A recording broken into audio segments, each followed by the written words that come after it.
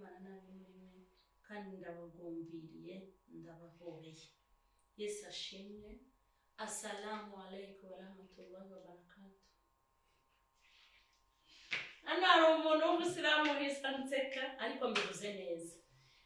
Yesu akuzwe, Kristo Yesu akuzwe. Mwese mbashuhuje mu ndamukanyo yanyu, ariko nabo ntashuhuje mu ndamukanyo yabo nzabyiga ubutaha. Hanyuma ndabashuhuje, turi mu gikoni nk'uko mwabibonye kuri Mama Sharirene. Ubu turi mu gikoni, iyo twambaye gutya muhita mumenya ngo ibyo turimo. Icya mbere ni uko mbanje gushimira abakunzi ba Mama Sharirene mbikuye ku mutima. Muri abantu bantera kuraje ku buryo iteka nafashe umwanzuro wo kuzajya mbona ibyiza byose shoboye kubereka. None se ngire kubirya njyenyine, ngire no kutabereka nibura namwe ngo murebe ukuntu mwakigenza, ntabwo nabura byose. Hanyuma ndi mu gikoni uyu munsi, ntabwo nje guteka, ahubwo ubushize naberetse ukuntu ntegura ibyo kurya muri firigo.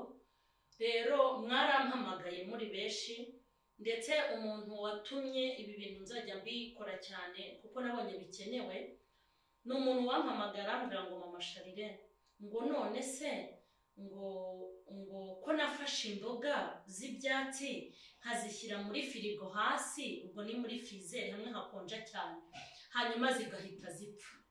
None se bene da, koko ko ibi bintu byanteye kuraje yo kujya mbikora. Uko ubizi ntabwo imboga zidatogosheje zijya muri freezer, ntabwo bishoboka, zihita zipfa. Buri ubitsemo n'ishu yahita ipfa, ubitsemo n'ibitunguru byahita bipfa, kereka wenda ibitunguru wabikataguye sava, ariko ubitse igitunguru bimwe bisanzwe by'umutuku ukagifata reka nge mbibika muri firigo bihita bipfa, birumvikana. Hanyuma nzajya ngenda rero, urumva ko hari ababikeneye, nubwo wowe utabikeneye hari ababikeneye. Hanyuma ujye ureka ababikeneye babirebe. Uyu mwanya rero nje kubereka ukuntu ntegura imbuto. Navuye kuzihaha imbuto, mwazibonye. Hanyuma ndabereka n'ukuntu mbika imbuto, mbereke n'akantu mbikamo imbuto. Nzanabereka ukuntu imbuto ushobora kuzirya, ushobora kuzinywa, ushobora no kuzirya mu buryo butandukanye. Nzabereka uburyo ntegura Macedone, ntegurira abana nanjye nkitegurira, mbereka uburyo nkoramo amaji ya naturel atarimo isukari, mbereke n'ukuntu ntegura ji ya naturel irimo ubuki, n'ukuntu ntegura ji irimo isukari. Ibyo bintu bitandukanye. Aka kanya ngiye kubereka ibikoresho mba mfite, kuko njye nkunda imbuto kandi isezerano ryo kurya imbuto aho nari kuhisha. Abasubiza ku isuka mufite ibibazo, njye ntabwo kurya imbuto byapfuye kuza. Nzabaha ubuhamya bwabyo kugira ngo mpabwe isezerano ryo kurya imbuto. Ni umusaza wari umaze gupfusha umukecuru we.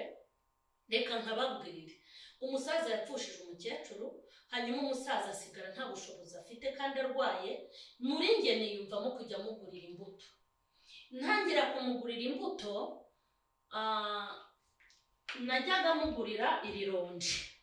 Ni ukuri si ukubabeshya, iri ronji, aya maronji ntangiye kuyarya vuba Imana inyibutse. Nararitinyaga, nabonaga ari iry'abazungu, kandi koko hari abantu b'abazungu kandi babirabura, bavuga ngo amina. Iri ronji niryo namuguriraga, n'iyi pome n'utubuto nyine utubuto. Mbibutse ko ibyo namuguriraga nta mwana wanjye wari warigeze abirya. Nanjye ubwanjye nta n'umukire wari warabimpaye, kuko abakire mufite ingeso mbi z'ubusambo. Kuba iwawe haza abashyitsi ngo imbuto ni iz'abashyitsi, imbuto ni iz'abadamu utwite, ubwo ni ubuyuko. Mwabisomyeho se ko imbuto ari iz'umugore utwite wenyine, imbuto ni iz'abana. Cyokora uri umukene utagira ubushobozi, ntabwo nakuvera, ntabwo wafata imbuto z'abana ngo uzihe abashyitsi. Ariko Imana nimba yaraguhaye ugahaha nk'ibintu bingana gutya, ni gute umushyitsi aza zihari nk'umuhengo yirihe ubwo buyuko bwanyu? Uwo musaza nkajya ngura imbuto nkazihisha abana nkazimushyira. Mbikora igihe kitari gito, mu bushobozi buke nari mfite ndi umukene. Wibaze ko namuguriraga ikinyomoro n'iri ronji ntararikoza mu kanwa, dore ndi imbere y'Imana. ngiye gusenga, haleluya, Imana irambwira ngo kubw'imbuto watanze abana bawe batazirya, dore nguhaye imbuto. Murambaza iki?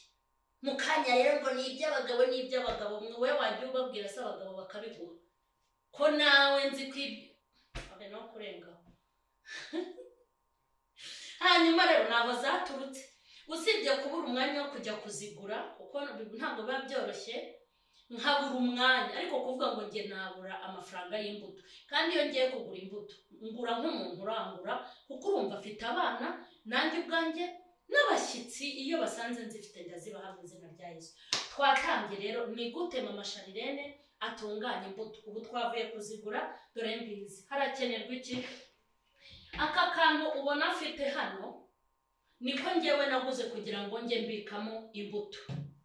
Hari izijya muri firigo kubera impamvu, ariko ngewe sinkunda imbuto nabitse muri firigo pe zo kurya, kereka izo nkoramo masedwane cyangwa ji nzibika muri firigo nta kibazo. Aka kantu kafasha mu buryo bwo kuzibika mu buryo zigira isuku. Ni akantu kogeje gahanaguye, nta kindi nakaguriye. Hamwe nkashyira imbuto za pome, ahandi oranje, ahandi amaronji asanzwe, ahandi imyembe, inanasi na watermelon n'ibindi nkunda kubibika ahandi.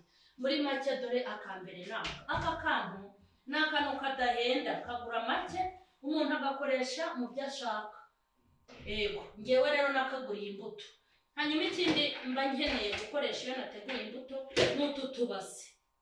Utu tubase kuko ndi bubanze kuzoza mbere yuko nzihanagura, zigomba kuba ngenda nshyira hehe, shyira mu tubase birumvikana. Akangaka ikintu nkamaza iyo nateguye imbuto ku meza niko shyiramo.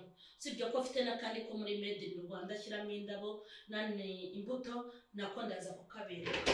Hanyuma ikindi ndi bukenere n'iki, ni aka gaseriviyete ko kuza kuzihanagura kugira ngo nzibike hano. Hanyuma turabanza ikirero. Ubu twagiye aho nogereza imbuto. Aho nogereza imbuto ni hano, ndazogereza hano, dore ni murebe. Ariko mbere yuko nza hano kuzoza, nari nibagiwe, kubera ko ubu ninjiye mu gikoni. Utu tuntu rwose ni utuntu ntabwo duhenda cyane, ni udufire two mu mutwe. Reka mbanze nkambare.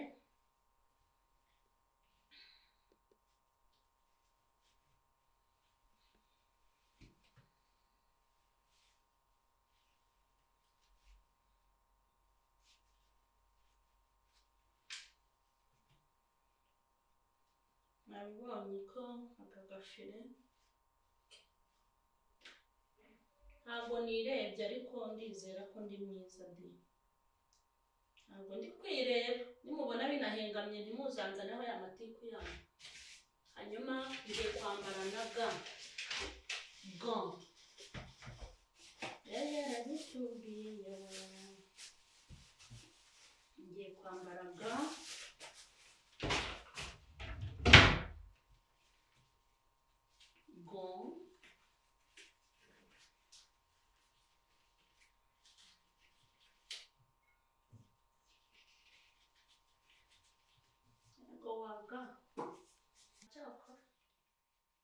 Abantu bafite intoki zakukiye nkanjye rero ndabibona kugira ngo wambare ga hano.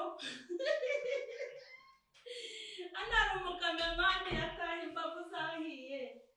Ewe, abantu bakukiye kugira ngo mwambare ga.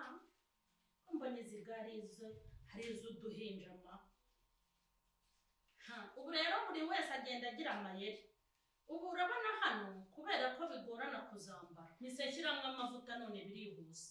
Dore hano naho ngiye kwashyira amavuta. Ubwo urumva ko n'ubundi bwenge nkwigishije udafata nimuzabwire. Yego, amavuta kugira ngo zorohe mo imbere zibashe kumanuka neza. Shaka kujya aha. Ubu rero tugiye hehe? Tugiye gutangira ngiye gutangira ndazogereza hano. Iyi ni isabune,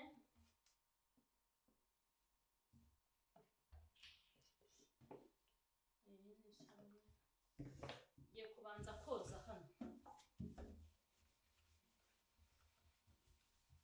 Koza n'isabune nkakoza kuko hano mpogereza ibyombo. Nzabereka ukuntu woza ibyombo hano ntihazemo umwanda mwinshi.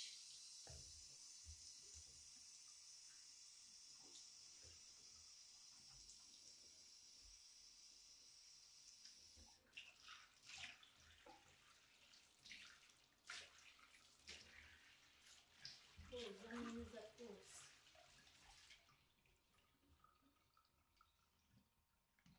Hanyuma ngiye kuzana imbuto, ndahera kuri pome. Hanyuma ngiye koza imbuto, mwabibonye. Iyi ni imyembe naguze. Imyembe, aya ni amaronji, amatunda mwayabonye, ibinyomoro, hanyuma oranje, hanyuma pome. Noneho rero iyo ugiye koza uhera ku bidafite umwanda mwinshi. Hano rero ibintu bidafite umwanda mwinshi ni pome rwose. Pome burya zigira umwanda ariko ntabwo uba ari mwinshi bitewe n'aho ziba zaturutse. Ndahita nshyiramo oranje,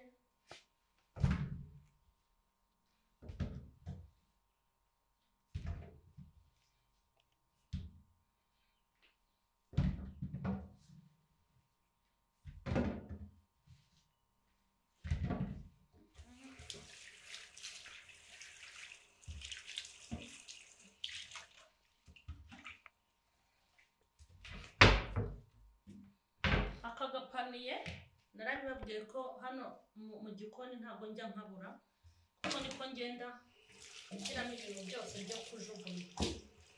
Hanyuma nde bwitabaze aka kabase.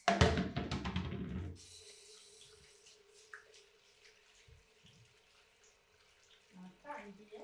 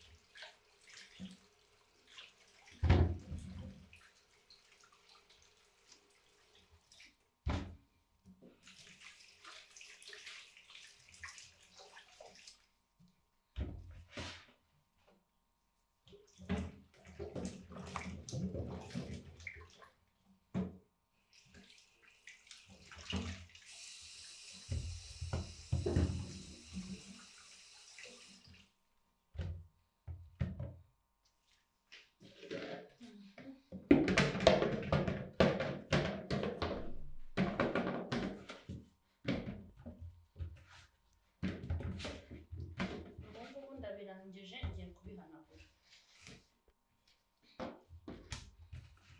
Tugiye kubihanagura ariko dore pome ngizi.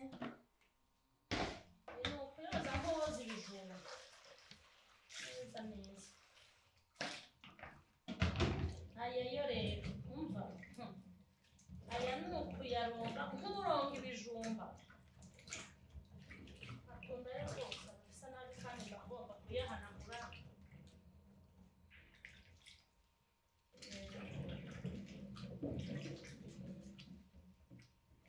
Rwose ubu nanafunguye ngo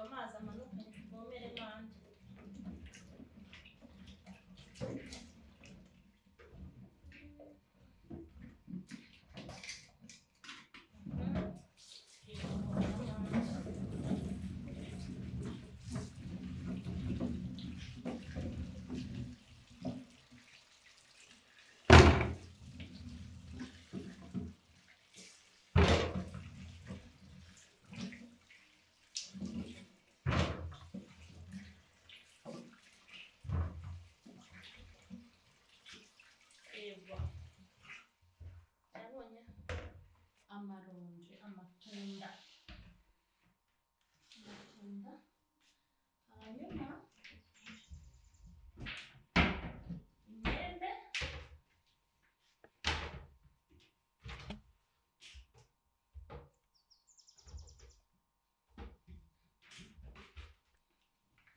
iyi ni imyembe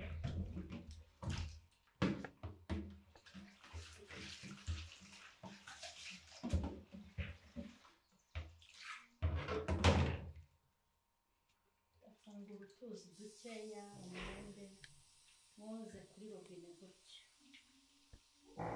kuko ntabwo wayoza nk'ibijumba ngo bikunde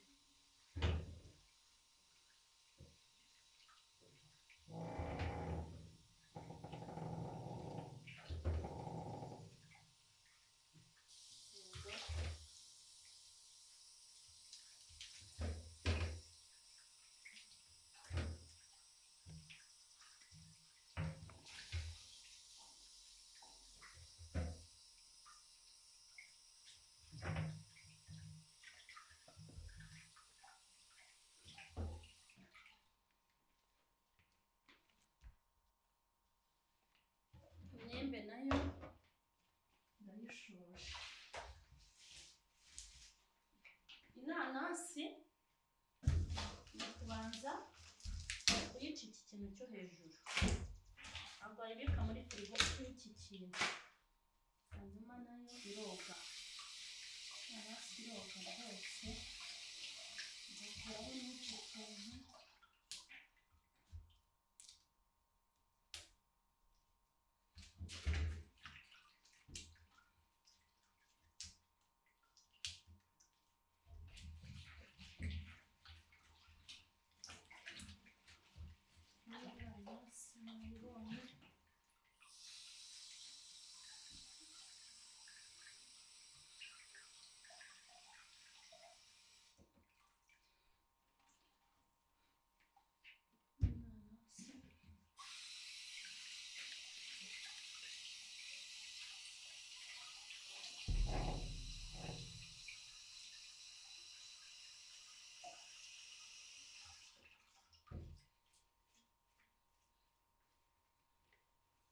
hanyuma watermelon nayo ugomba kuyibika wayogeje iyo rero nyibika muri stock nk'iminsi 2 biterwa ariko iyo namaze kuyikata hose nyisubiza muri stock mpita nyibika muri firigo nta mwanda mwinshi bifite ariko umwanda wo ntabwo buri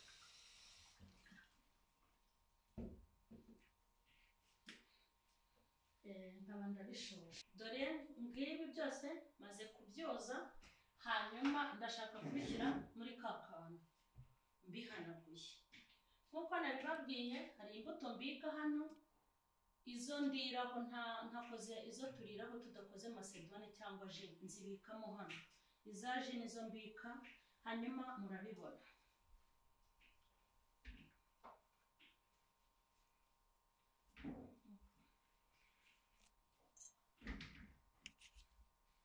yihanagura ibi ni ibintu byoroshye cyane gusa gukora isuku nabonye bisaba abantu batagira ubute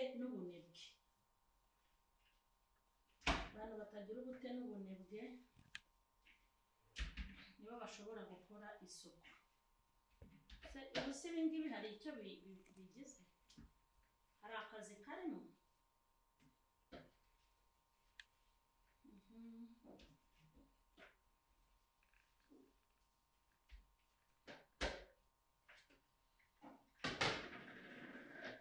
pombe nako maze kubika oranje nabonye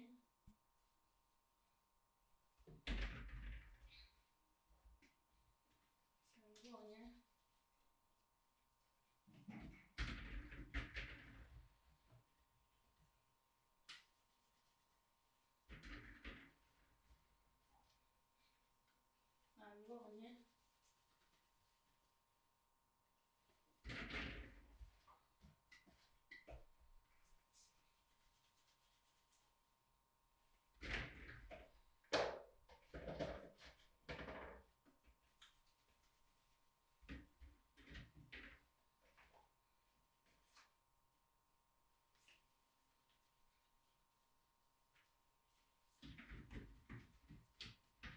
byiza. Hanyuma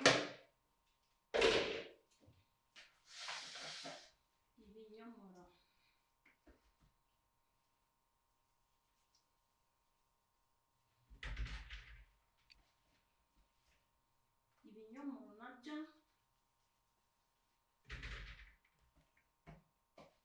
ubona ko ari ibintu byihuta bitagutwara n'umwanya munini ufite n'ibindi bikorwa ukora.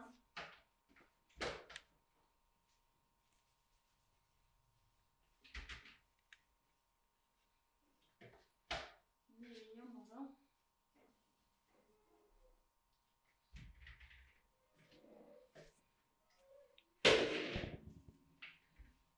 hanyuma hano kuko hari umwanya munini n'amatunda niho nyashyira.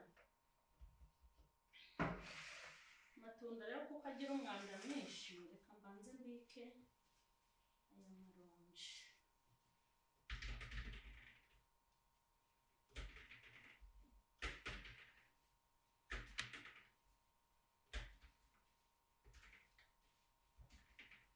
Ujya mwiga gukora vuba, bya bintu mwirirwa mwikurura mutishyigura. Urabona ukuntu mba ndi kugira vuba ariko. Dore amaronji nkaba nayamaze kuyabika. Dore rero inanasi. Inanasi dore igira utya kugira ngo amazi utayibikana amazi. Dore nk'ubu irumutse bye. Iyi iraza kujya muri firigo. Ntabwo zinanase zirahiye kereka iyo naguze nyinshi zikiri mbisi. Dore ngizi zirajya muri firigo. Hanyuma imyembe ndakuramo ijya muri firigo nayo, kuko ntabwo imyembe idahiye cyane itegereje gushya nayo ni ukuyibika hano. Hano ndabikamo idahiye cyane izashya nk'ejo cyangwa ejo bundi. Yego, iyindi myembe ndayibika muri firigo. Hanyuma amatunda mwayabonye. Amatunda yo yanduza seriviyete, niyo mpamvu iyo maze kuyahanagura mpita nkinika agatambaro muri uno.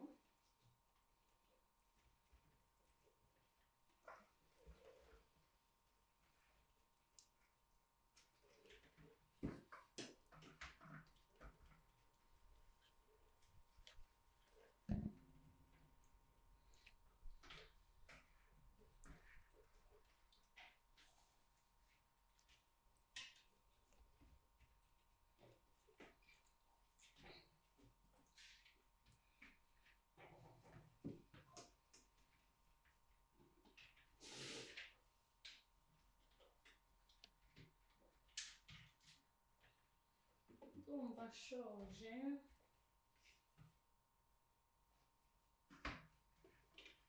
Kameramani aze ayabizuminge neza.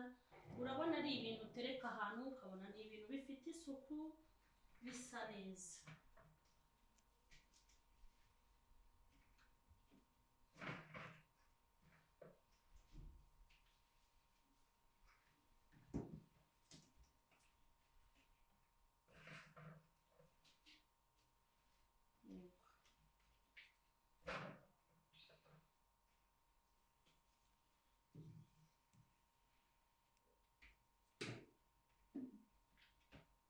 Yego.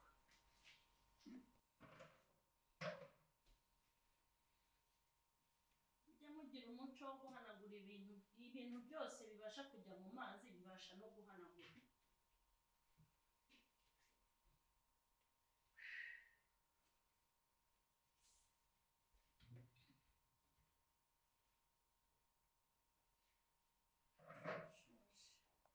Hanyuma ndakabikamo umuneke ntabwo njya mwoza gutya, mwoza ari uko ngiye kuwutegura. Hanyuma akangaka kabikamo umuneke muri stoke, ntabwo imineke njya nyishyira muri firigo. Hanyuma akangaka nakabikwamo imineke. Urabona ngiye nkunda kugura imineke ya Kamara, nkagura n'iriya. Reba kano kantu ko muri Made in Rwanda ukuntu ari keza, nako kugateguramo muri stoke. Ibi birajya muri stoke. Hanyuma ndumva shoje, ibyo nagombaga kubereka ndabishoje. Hanyuma nizere ko cameraman yazuminze neza, urebe aka kantu uburyo gateguyemo. Icyambere gafite isuku, karagaragara neza.